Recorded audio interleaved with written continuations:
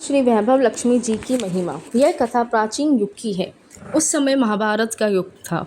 यह बात हस्तिनापुर की है। पांडव 5 भाई थे, जिनमें युधिष्ठिर सबसे बड़े भाई थे। कौरवों द्वारा रची गई जुए की चाल में शकुनी मामा जीतते चले गए और पांडवों की पराजय हुई। उस हार में पांडवों ने अपना सब कुछ खो दिया। धन, वैभव, राज्य सब जुए में हार गए। उस समय युधिष्ठिर को प्रभु श्री कृष्ण की याद आई। वे उनके पास गए, उनके चरणों में प्रणाम करके उनका आशीर्वाद लिया। फिर युधिष्ठिर श्री कृष्ण जी से बोले, हे नारायण, हमें आप ही कोई ऐसी युक्ति बताएं जिसके माध्यम से हमारा खोया हुआ मान सम्मान, राजपाट, धन, वैभव फिर से प्राप्त हो जाए। आप ही हमारी इस समस्या का समाधान कर सकते हैं। तब प्रभु श्री कृष्ण ने मुस्कुरा कर धर्मराज युधिष्ठिर को माँ श्री वैभव लक्ष्मी की महिमा का वर्णन किया।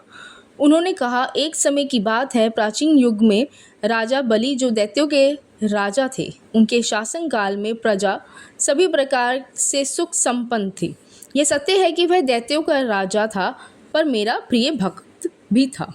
उसने एक बार 100 अश्वमेध यज्ञ करने की प्रतिज्ञा की। उसका यज्ञ पूर्ण विधि से प्रारंभ हो गया। जैसे यज्ञ अपनी चरम सीमा पर पहुंचने लगा तो राजा बलि का यश बढ़ता चला गया। राजा ने जब न्यायवे यज्ञ पूर्ण कर लिए, तब देवों में हलचल मच गई। देवों के राजा इंद्र विचलित हो उठे। उन्हें लगा कि उनका सिंहासन तो राजा बलि के यज्ञ से पूर्ण होते ही राजा बलि के हाथों में चला जाएगा और फिर देवताओं का राजा इंद्र ना होकर राजा बलि कहलाएगा। देवलोक पर दैत्यों का शासन हो जाएगा। उसी समय तुरंत राजा इंद्र अन्य देवताओं के समीप गए। उन्होंने सभी वृत्तांत देवताओं को कहा और इस संकट से मुक्ति पाने की जिज्ञासा प्रकट की। तब सभी देवताओं के राजा इंद्र के साथ देवों के देव नारायण के समीप पहुँचे।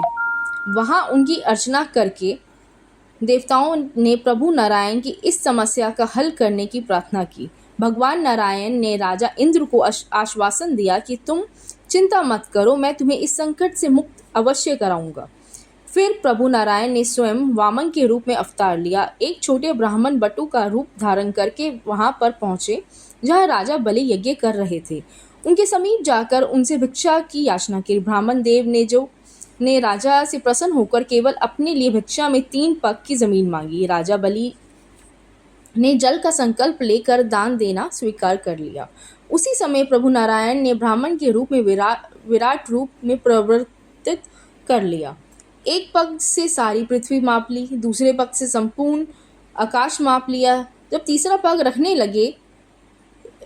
रखने के लिए कोई स्थान नहीं नजर आया तो अपना तीसरा पग राजा बलि के शीश पर रख दिया। प्रभु नारायण ने राजा बलि से कहा, मैं तुम्हारी भक्ति से प्रसन्न हूँ, कोई भी वरदान मांग लो। राजा बलि ने कहा, हे देवों के देव नारायण, मुझे इतना वर दो कि अश्विनी मास के कृष्ण पक्ष में त्रयोदशी, चतुर्दशी व अमावस के 3 दिनों पूरी पृथ्वी पर मेरा शासन रहे। पूरे वर्ष में केवल 3 दिन का शासन मांगा और कहा, इन दिनों सभी व्यक्ति प्रसन्नचित्त होकर घरों में प्रकाश करे, पकवान मिष्ठान तैयार करें, चारों तरफ दियों का उजाला हो और दीपावली पर्व मनाएं। माँ वैभव लक्ष्मी की अर्चना करें, जिससे सभी के घरों में मातेश्वरी वैभव लक्ष्मी का निवास हो और वह सभी सर्व सुख संपन्न रहें।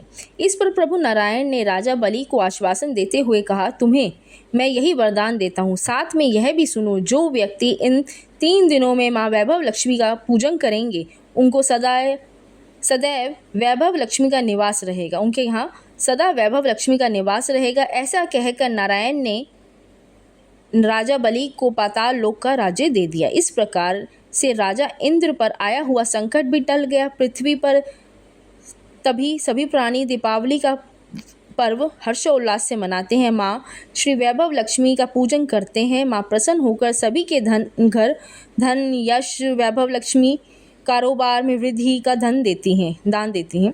माँ वैभव लक्ष्मी के आशीर्वाद से सभी प्राणी सर्व सुख संपन्न रहते हैं। यह है माँ वैभव लक्ष्मी जी की महिमा। सारे बोलो श्री वैभव लक्ष्मी माता की जय।